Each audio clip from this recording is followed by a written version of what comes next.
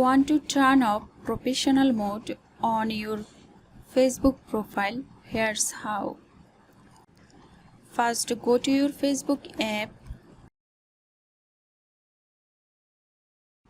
Next, tap on your profile picture to open your Facebook profile.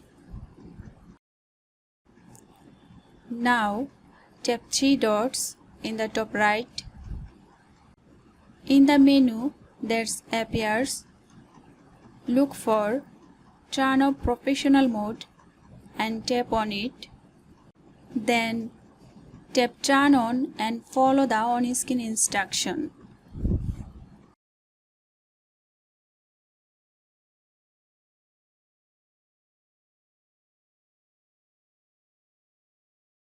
Once enabled, you will get access to professional tools, audience insight, content monetization option, and follower feature.